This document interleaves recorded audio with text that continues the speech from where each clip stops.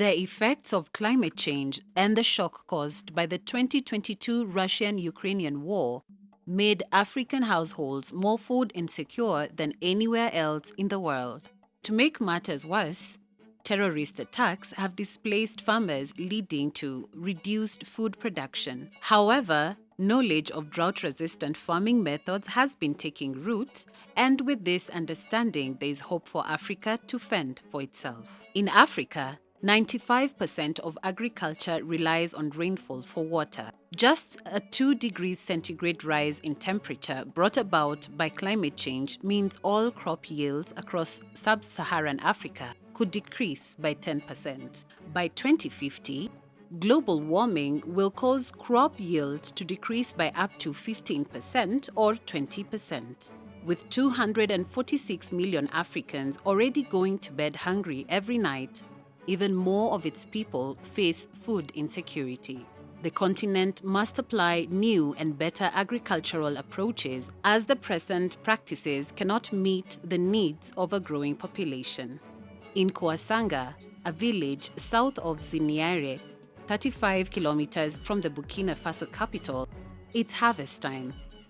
Displaced from Kwanobe, in the center north of the country by armed terrorist groups, Bernard Sawadogo, 30, and his wife, Georgette, got a 2-acre piece of land.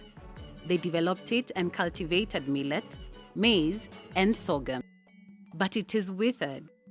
On this late September day, after more than 3 hours of work, the couple regret they could not get the equivalent of a 50-kilogram bag.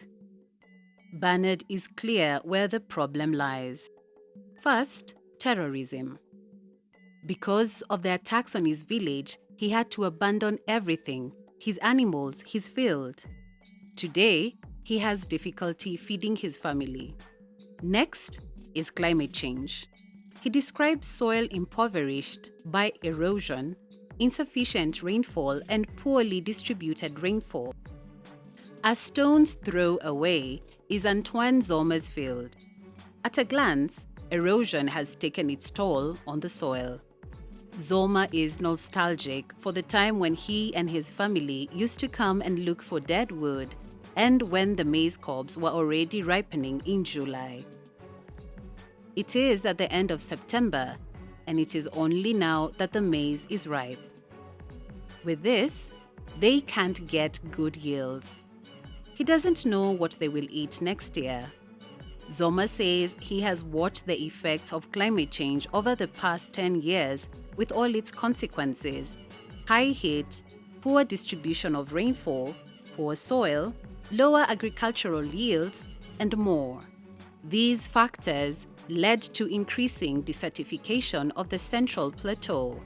The natural resources and environmental wealth continue to deteriorate considerably from year to year, regrets Sam Tokoro Bake, an agroecologist. He noted the progressive disappearance of several plant species. Environmentally, they're witnessing desertification through the deterioration of plant cover and the erosion of the humic layer. The land is becoming increasingly arid and sterile, with obvious repercussion on agricultural production and living condition of the populations. The demographic explosion, with the large arrival of internally displaced people in certain localities of the country due to terrorism, only aggravates the situation, says Nasiru Kinda, an agronomist. Burkina Faso has more than 1.5 million displaced people. The Sahel, Center North, North, East, and Central Plateau host the most displaced people.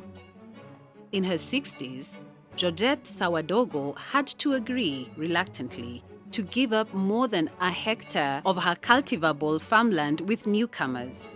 Faced with the loss of part of her field and the vagaries of climate change, Georgette changed her crops.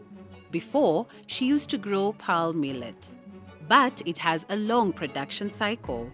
Now she grows beans, and even that requires a lot of fertilizer. All this have an impact on their agricultural yields. What worries Bernard and Georgette even more is the increase in food prices. In April 2022, in the Komandjari province, for example, a 100-kilogram bag of sorghum was sold at 36,000 West African francs against 15,000 West African francs in the same month in 2021. Terrorist attacks have disrupted agricultural activities, says Estelle Zungrana, the regional director in charge of agriculture in the Central Plateau region. Although it has not yet registered a case of terrorist attacks, it has a large number of internally displaced populations, leading to greater pressure on land and soaring prices of agricultural products and inputs, says Ms. Zungrana. Even if IDPs are able to work the land where they have taken refuge, the displacement of large numbers of agricultural producers has still led to a sharp decrease of incultivable land being farmed and a drop in agricultural production at the national level, she adds. Without access to their land to practice their agricultural and livestock activities, entire communities become dependent on aid for survival, especially for food and water. Violence in the Sahel is not only worsening the food crisis, it is causing it. The situation is critical, and the lean season could be catastrophic. Suffering the effects of climate change, Burkina Faso is also hit by the most severe drought in decades, the International Committee of the Red Cross noted in early 2022. Between 30 to 50% of cultivated land has been lost due to insecurity in the north of the country. Mali once had it good. Mansa Musa, the great ninth Mansa of the Mali Empire and considered the world's richest man ever, has roots here. It was West Africa's second largest exporter of gold after Ghana. Today, the good times seem so far away. Since January 2012, there has been a food crisis. To compound the situation, since 2016, terrorist attacks have multiplied in the center of the country, in the Mopti region, with a heavy toll of civilian and military victims and damage to farmers' fields. Mali has been plunged into food insecurity. In Masina and Dogofri, the damage caused by these crises is enormous, even if the causes are not the same. Early January 2021, in Dogofri, in the commune of Niono, several fields were burnt by terrorists. In videos that have been widely shared on social networks, one can see hectares of rice fields, harvesters and motorbikes being torched. This scene was repeated several times during 2021 in this part of the country. This marked a new turn in the modus operandi of Amadou Koufa's Masina Katiba, which began carrying out attacks in the center of Mali in 2015. For fear of being attacked, farmers gradually abandoned their fields and withdrew to the few hectares bordering the village. Though known as the Granary of Mali, foodstuffs are no longer within reach of everyone. A kilogram of rice costs 450 West African francs, whereas it has never before reached 325 West African francs in Niono. Today, even those who grow rice in Niono and the surrounding area prefer to sell it and buy millet in quantities that cost a little less. Unable to work the fields and thus meet the needs of their families, the able-bodied, by the dozen, leave the localities of this rice-growing area to find work elsewhere, many focused on the gold-panning sites in the south, with all the consequences that follow. The situation does not spare women. With their harvesting of tomatoes, cabbages, onions, carrots, chilies, and other produce, they used to be able to support themselves and help out the household. But since the crisis broke out, they have been reduced to plowing backyards. Unlike Niono, the commune of Masina was until a few days ago spared from terrorist attacks on fields. At the beginning of November, in Budawere, terrorists burnt a rice field that had been harvested, the first since the crisis began. If these attacks are at the root of the food insecurity that is taking hold of the circle of Niono here in Masina, It is rather the rice office that the farmers point a finger at as the author of their difficulties. According to Dramane Kalapo, a member of the Masina Farmers Group, the fields in their area are no longer profitable because of poor infrastructure maintenance. This year, it rained a lot and many dikes broke, causing the flooding of several hectares of rice fields. The last development of their fields was done in 1999. Yields per hectare have fallen short of expectations. Kaliluso used to harvest an average of 25 bags of rice per hectare every year. This year, from his 2 hectares, he only has 30 bags. In addition, fertilizer is not available in 2022. Usually subsidized in large quantities by the state, fertilizer was unaffordable for farmers. The 50-kilogram bag of DPA went from 17,000 West African francs to more than 42,000 West African francs.